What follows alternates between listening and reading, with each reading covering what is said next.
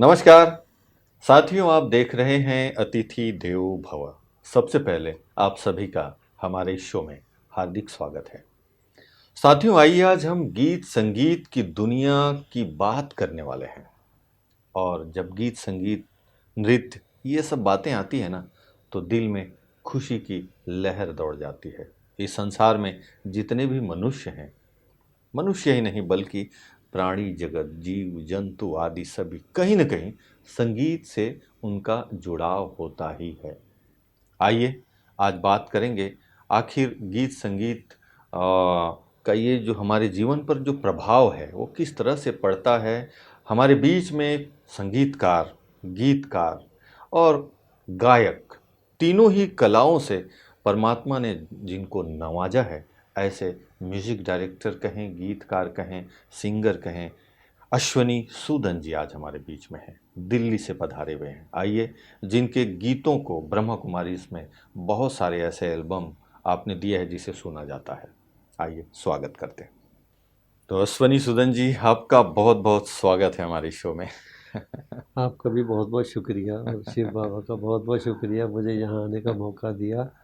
बहुत अच्छा लग रहा है अश्वनी जी, आपका गीत तो हम बहुत सुनते रहे हैं और आपके डायरेक्शन में भी कई बार हमें ऐसा मौका मिला है जब आपसे हम सीखें। बात करते हैं आज कुछ व्यक्तिगत आपके जीवन की कुछ अनुभूतियाँ और संगीत का जो सफ़र है, जानने का मौका मिला है आज। तो भाई साहब, हम पहले ये जानना चाहेंगे आपका ये जो संगीत की जो देन है, ये विरासत में मिला है कि कोई थे इस क्षेत्र में, या आप अपने आप जब हैं तब से डेवलप हुआ? ये नहीं, विरासत में तो नहीं मिला क्योंकि हमारे हुँ, पिताजी तो एक पुलिस हुँ, में थे, हुँ, हुँ, तो संगीतकार तो नहीं थे। हुँ, हुँ, तो और बचपन से मुझे सीखने का भी मौका नहीं मिला, लेकिन हुँ, हुँ, मुझे लगता है कि ये पूरे जन्म के कुछ संस्कार थे। हुँ, जैसे हुँ, आत्मा पिछले जन्म के संस्कार कुछ अपने साथ लेकर आती है, हुँ, हुँ, तो उसी में ही कुछ संगीत की अनुभूति थी जो मुझे सुनने में अच्छा लगता था। हुँ, हुँ। तो मैं अपनी माताजी के साथ सुबह 4 बजे उठकर मंदिर भी चला जाता था, अच्छा। क्योंकि वहाँ लाइव संगीत सुनने को मिलता था। हुँ, हुँ, सुरीला था या नहीं था हुँ, ये हुँ। मुझे नहीं पता, वो लेकिन लोग जाने, है ना? लेकिन बस वो भजन हुँ, करते थे, लेकिन मुझे सुनने में बहुत अच्छा लगता अच्छा, था। अच्छा था। तो इसीलिए और ये माताजी भी हाँ, हाँ, भजन-वजन जो माताजी होता है भी ना उस टाइम? पूजा पाठ में बहुत हाँ। विश्वास करती थी। और हुँ, हुँ। कहाँ हुआ जन्म आपका? मेरा जन्म जालंधर में हुआ, पंजाब में। अच्छा, पंजाब से हैं, हाँ। जालंधर से, वाह, वाह! तो अगर हम बात करें आपके पढ़ाई-लिखाई और पढ़ाई-लिखाई के साथ गीत-संगीत का, तो ये कब से आपको लगा कि अब मैं गा भी सकता हूँ या फिर इस फ़ील्ड में मुझे आगे बढ़ना चाहिए? ये कब से लगने लगा आपको? ये जालंधर में मेरा जन्म हुआ, उसके बाद 2 साल के बाद हम फिलौर हुँ, में शिफ्ट हो गए, पिताजी का ट्रांसफ़र वहाँ हो गया। हुँ, हुँ, तो फिलौर में मैंने 7वीं क्लास तक पढ़ाई की। हुँ, हुँ, तो तो जब मैं तीसरी क्लास में था, तब मेरे एक हुँ, हुँ, मित्र थे, उनके घर में हारमोनियम था, तो उसने मुझे बताया कि मेरे घर में हारमोनियम आया है। हुँ, हुँ, तब तक मैंने हारमोनियम कभी देखा नहीं था। हुँ, हुँ, तो मुझे नहीं पता था कि इसको हारमोनियम कहते हैं, तो वो हुँ, मुझे हुँ। अपने साथ ले गया, उसने मुझे अच्छा, दिखाया। हाँ। तो मैंने कहा इसको कैसे कर, क्या क्या होता है इससे? हुँ, तो हुँ। उसने बताया कि ऐसे पंखा चलाते हैं और ऐसे अच्छा, दबाते आवाज़ हैं या निकलती आवाज़ है। निकलती है। अच्छा। तो मैंने कहा जब मैं भी करके हाँ, देखता हूँ। हाँ, हाँ, मैंने हाँ, थोड़ा सा किए, तो मुझे दो हाँ, तीन गाने मैंने गाने के हाँ, मुखड़े हाँ। बजा दिए। अच्छा, तो उसने कहा तुमने कहाँ सीखा? मैं कहा मैंने तो नहीं हाँ, कहीं सीखा। हाँ, मैं तो हारमोनियम देखा ही हाँ, पहली बार है। हाँ, हाँ, तो इससे मुझे लगता है हाँ। कि ये पूरे जन्म के कुछ संस्कार ही होते हैं जो अच्छा, आपके अंदर संगीत का। ओह! मतलब जैसे आपने बजाना शुरू किया तो उसके सुर को किसी गीत के साथ हाँ, सेट हो गया, वो जो गीत ये? हम बचपन में हुँ, गाते थे, हुँ, हुँ। तो उनके साथ वाह, वाह! तो उनकी धुन निकलने लगी। वाह भई! तो फिर ऐसा करते हैं, वो यादों के साथ में परमात्मा की याद का एक गीत से शुरू करते हैं ना? क्योंकि आपने बहुत सारे गाने गाए हैं, आपके गीतों पर चाहे आप धुन दिए हैं, चाहे आप हुँ। गाए हैं, उस पर सब योग लगाते हैं। तो कोई एक ऐसा गीत जिसमें हम बाबा को याद भी करें, योग भी लगाएँ, कोई एक गीत?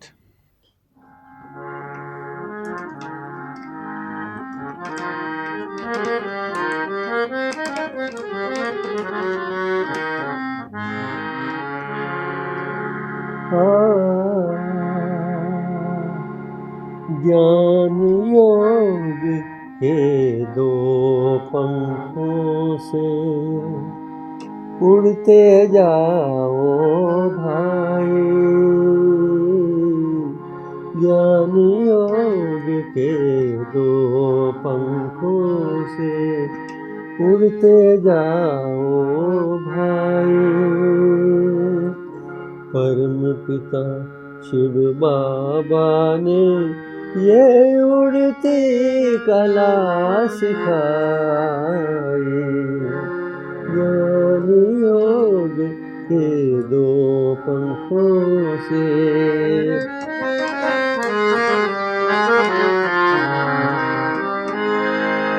अपने को भी आत्मा समझो, औरों को भी आत्मा, निश्चय रखो हम सब का शिव परम पिता परमात्मा।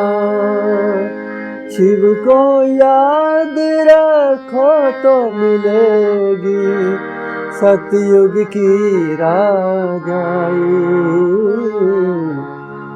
परम पिता शिव बाबा ने ये उड़ती कला सिखाई, ज्ञान योग के दो पंखों से।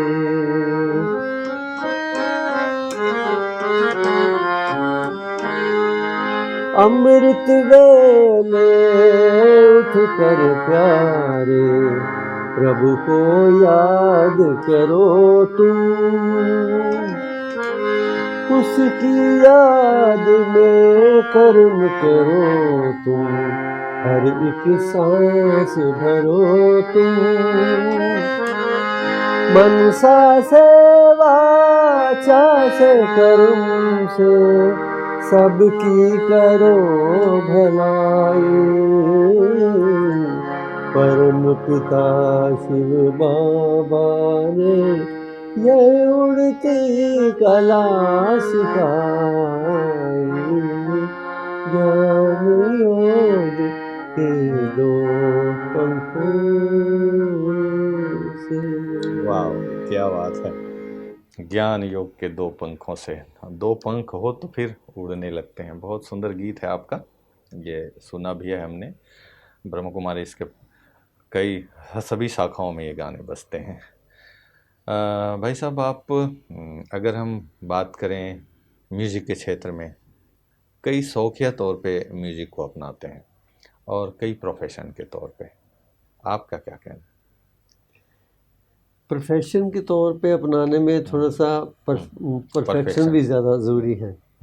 उसको प्रॉपरली आपको सीखना चाहिए, अच्छे गुरु से तालीम लेनी चाहिए और सुर की अच्छी साधना करनी चाहिए, तब आप उसमें प्रोफेशनली आप परफेक्शन पा सकते हैं। लेकिन शौकिया गाना तो हर एक व्यक्ति गा सकता है।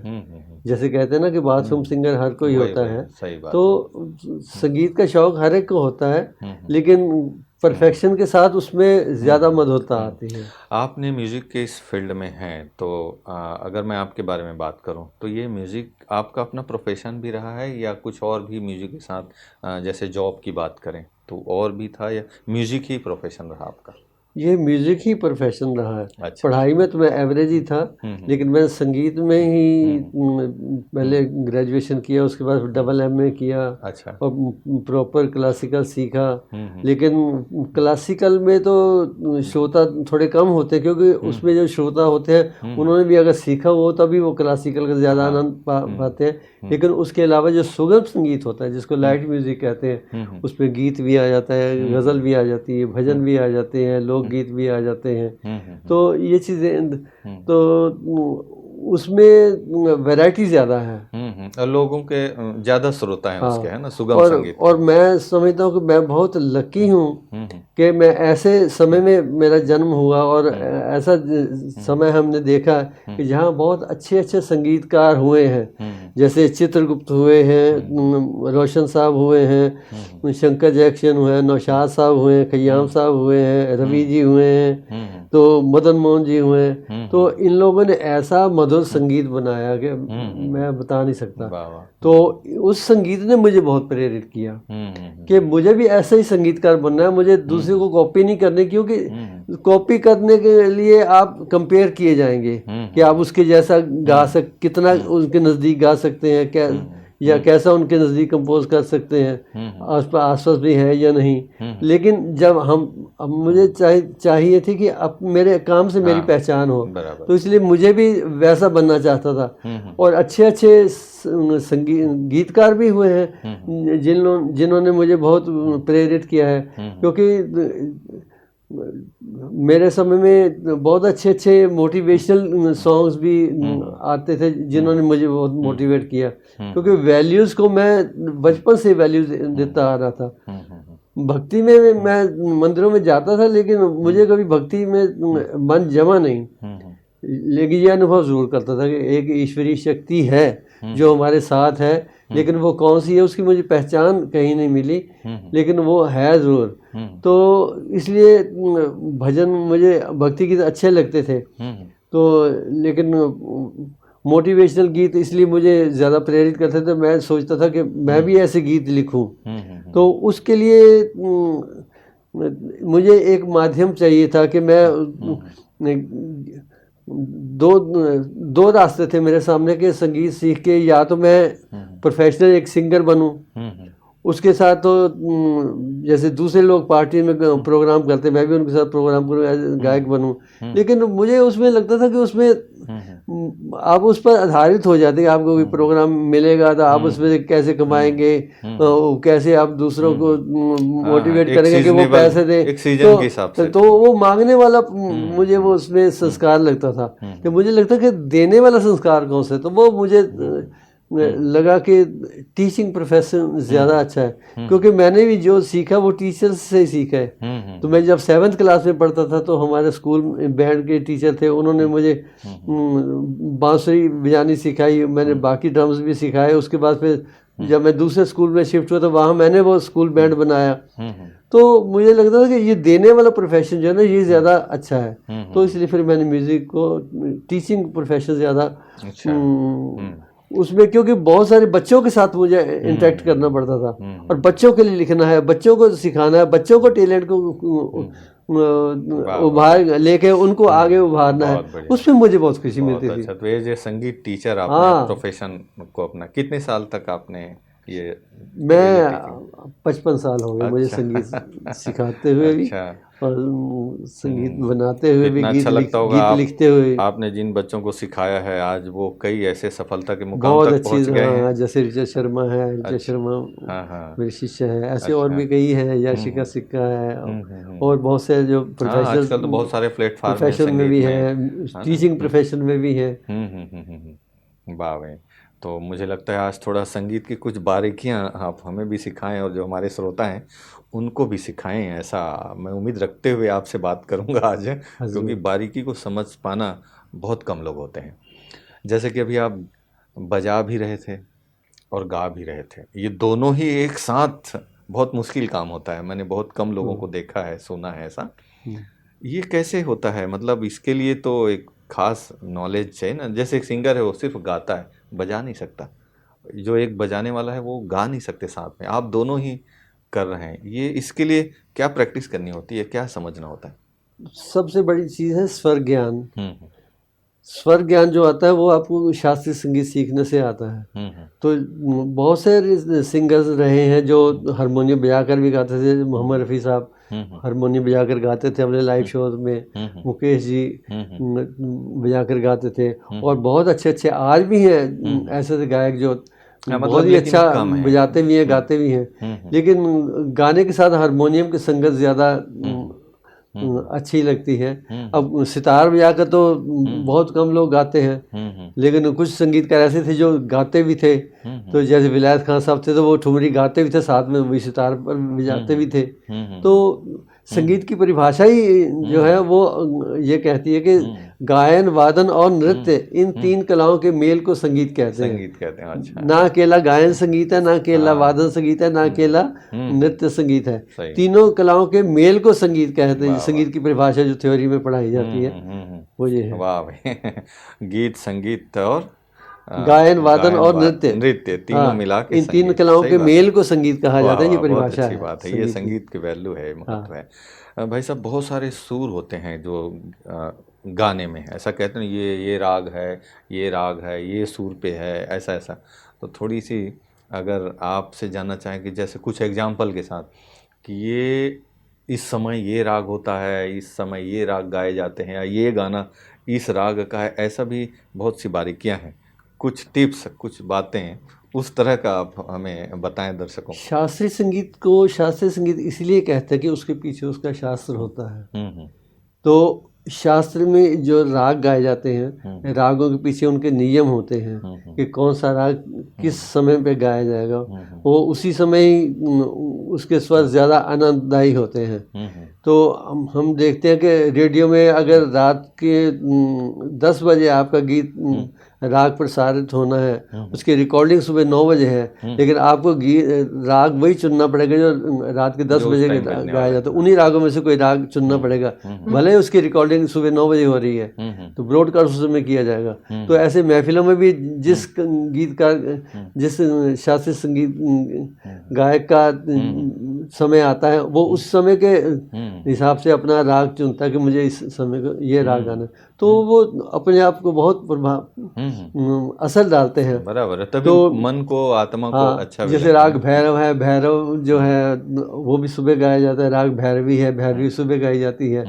तो अब भैरवी की मैं आपको एक थोड़ी सी रचना बताता हूँ। तो वो मेरी अपनी लिखी हुई रचना है। अब राग भैरवी में सारे स्वर कोमल लगते हैं। स्वर 12 होते हैं। 12 स्वरों में 7 स्वर शुद्ध होते हैं और 5 स्वर विकृत होते हैं, और 5 में 4 स्वर कोमल। राग भैरवी जो है वो सुबह का राग है, उसमें सारे स्वर कोमल ही लगते हैं।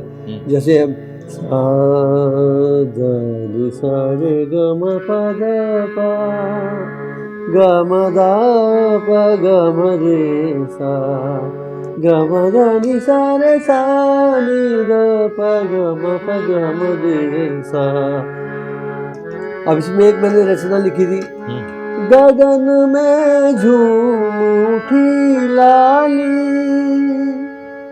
निरख निरख मुस्काई जगती, अब बीती रहना काली। गगन में झूम उठी लाली, एक नई आशा का पंछी नित आए और नित जाए। सतरंगी से स्वप्न दिखाकर उड़ जाए डाली डाली। गगन में झूठी लाली, निरख निरख मुस्काई जगती, अब बीती रहना काली। गगन में झूठी लाली। आरती और अजान के स्वर में मधुर पुकार सुने दाता। आरती और अजान के स्वर में मधुर पुकार सुने दाता। चारों दिशाओं में मेहर की वर्षा बरस रही है घटा काली। गगन में झूठी लाली।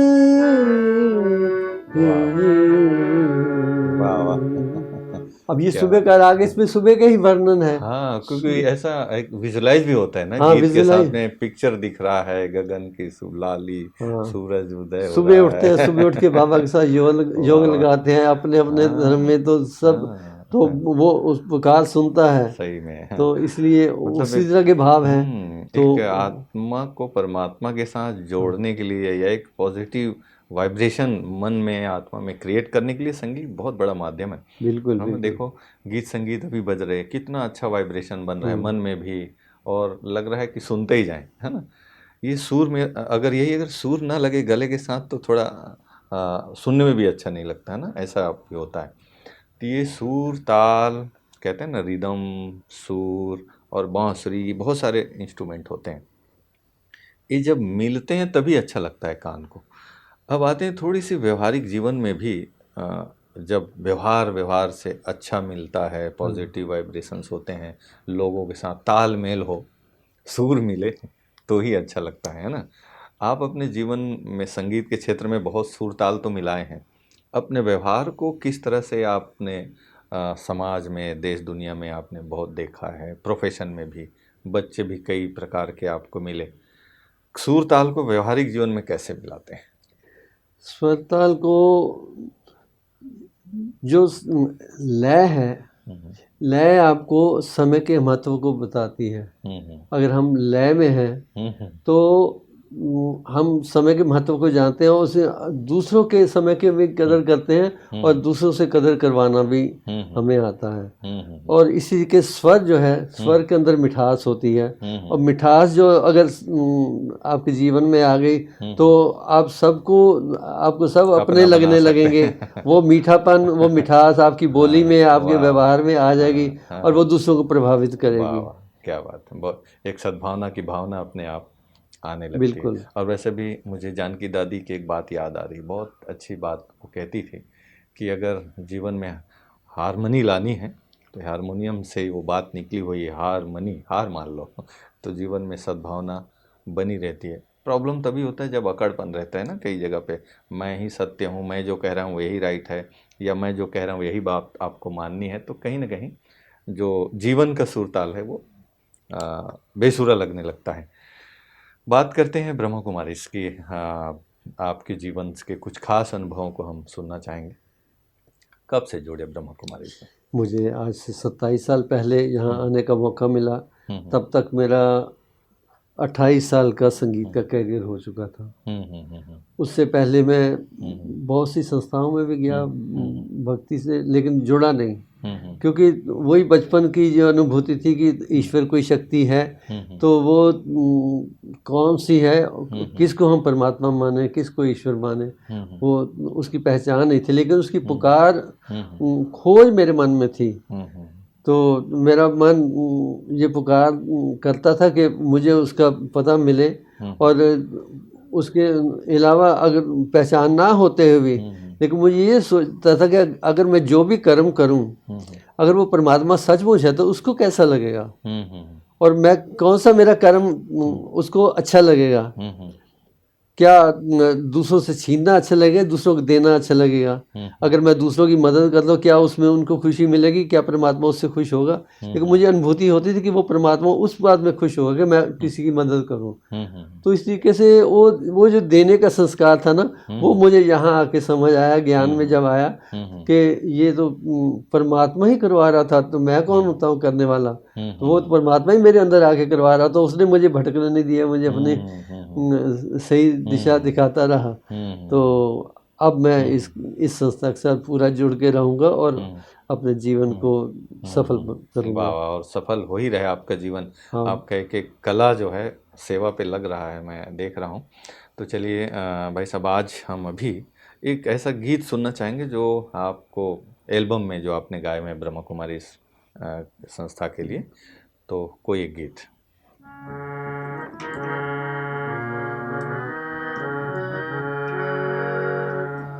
जन्मों जिनका रास्ता देखा, अब वो प्रियतम आन मिले। जन्मों जिनका रास्ता देखा, अब वो प्रियतम आन मिले। जिन्हें पुकारा सदा रात दिन, अब वो प्रियतम आन मिले। जन्मों जिनका रास्ता देखा, अब वो प्रियतम आन मिले। सुनी पुकार प्रभु ने आखिर अपना वचन निभाने को, धर्म स्थापना करने को, धर्म समूल मिटाने को, आत्मा बंधन मुक्त कराने, अब वो प्रियतम आन मिले, जिन्हें पुकारा सदा रात दिन, अब वो प्रियतम आन मिले, जन्मों जिनका रास्ता देखा, अब वो प्रियतम आन मिले।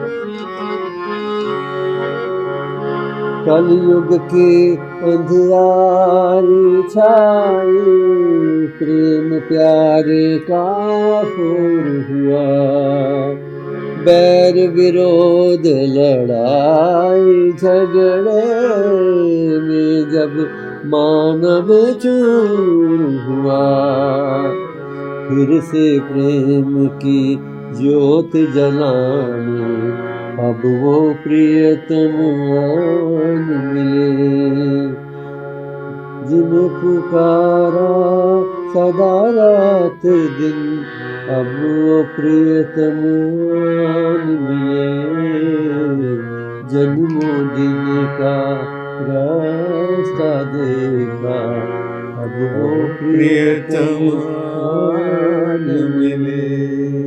वाह वाह, प्रियतम आन मिले। कितना सुंदर भाव और गीत। भैया आप इतने सुंदर आवाज़ और ये इसके साथ में मिला के गाते हैं तो लगता है कि एक जैसे होता है ना सीढ़ी, लिफ्ट, चढ़ते चलें सुनते चलें। सभी के जीवन में परमात्मा का जो मदद है, अनुभव सबको है अलग अलग तरीके से, अपने अपने तरीके से, जैसे जैसे लोग उनको याद करते हैं। अगर आपके जीवन की बात करें गीत संगीत के साथ, तो आप जुड़े हुए हैं, प्रोफेशन में भी हैं। जब से आप शिव बाबा को पहचाना है, क्या महसूस होता है उसके पहले का जीवन और बाबा के मिलने का के बाद का जीवन? आप क्या क्या प्राप्ति का या किस अनुभूति के साथ आपको जीने का एक मज़ा जिसे कहते हैं वो आप शेयर करें। पहले जो करता था उसमें मुझे कॉन्फिडेंस नहीं था, लेकिन जब ज्ञान मिल गया तो उसके बाद मुझे कॉन्फिडेंस आ गया कि जो मेरी विचारधारा थी वो बिल्कुल सही थी, और ये विचारधारा सब इस ज्ञान के साथ टैली करती थी, इसलिए मैं इस साथ जुड़ गया। और ये जो गीत आपने सुना ये उसी का एक अनुभव है। तो उसके बाद फिर जो भी मैंने संगीत गीत बनाता हूँ तो वो सब ऐसे मोटिवेशनल गीत ही बनाता हूँ। तो अश्वनी भाई जी, आप हमारे शो में आए और बहुत ही सुंदर सुंदर बातें आपने हमारे साथ शेयर की, इसके लिए दिल से आपको बहुत बहुत शुक्रिया। आपको और बाबा का बहुत बहुत शुक्रिया, मुझे इस लायक बनाया, सेवा का मौका दिया और मेरी इच्छाओं को पूरा किया। और सेवा का फल है अगली सेवा, वो मैं हमेशा इच्छा रखता हूँ जरूर कि जरूर सेवा का फल मुझे अगली सेवा देना। सेवा मिलता ही रहेगा, और कहते हैं कि आप सेवा जब भगवान के लिए करते हैं तो फल मिलना ही है, अच्छा फल मिलना ही है, ये तो गारंटी है। आप स्वस्थ रहें, खुश रहें, इन्हीं शुभकामनाओं के साथ आपको बहुत बहुत शुक्रिया। तो देखा दोस्तों, आज संगीत की बारीकियों को आपने समझने की कोशिश की होगी। ज़रूर कहीं ना कहीं आपके दिल तक कुछ अनुभूतियाँ हुई होगी, जो परमात्मा तक पहुंचने के लिए संगीत एक बहुत सुंदर जरिया है। आध्यात्मिकता को जीवन में अपनाने के लिए भी संगीत एक बहुत सुंदर जरिया है। एक सकारात्मक विचार धारा को अपने जीवन में लाने में भी संगीत एक बहुत सुंदर जरिया है। इसीलिए कहते हैं ना, संगीत के साथ अपने आप में ईश्वर शब्द है, ई प्लस स्वर। ईश्वर के साथ जुड़ना हो तो स्वर के साथ जुड़ जाइए। संगीत मतलब ईश्वर का संग अगर आपके जीवन में है तो वही संगीत एक जीवन को स्वस्थ और खुशनुमा बनाने के निमित्त भी बन जाता है। आइए आप भी कहीं न कहीं अपने जीवन को संगीत के साथ, पॉजिटिव संगीत के साथ, सुगम संगीत के साथ, एक शास्त्रीय संगीत के साथ कहीं न कहीं किसी भी तरह से आप जुड़े रहें, जो पॉजिटिव संगीत हो। आपका जीवन खुशनुमा होगा, स्वस्थ होगा। इन्हीं शुभकामनाओं के साथ फिर मिलते हैं कार्यक्रम की अगली कड़ी में एक नए मेहमान के साथ। तब तक के लिए दीजिए मुझे इजाजत। नमस्कार। ओम शांति।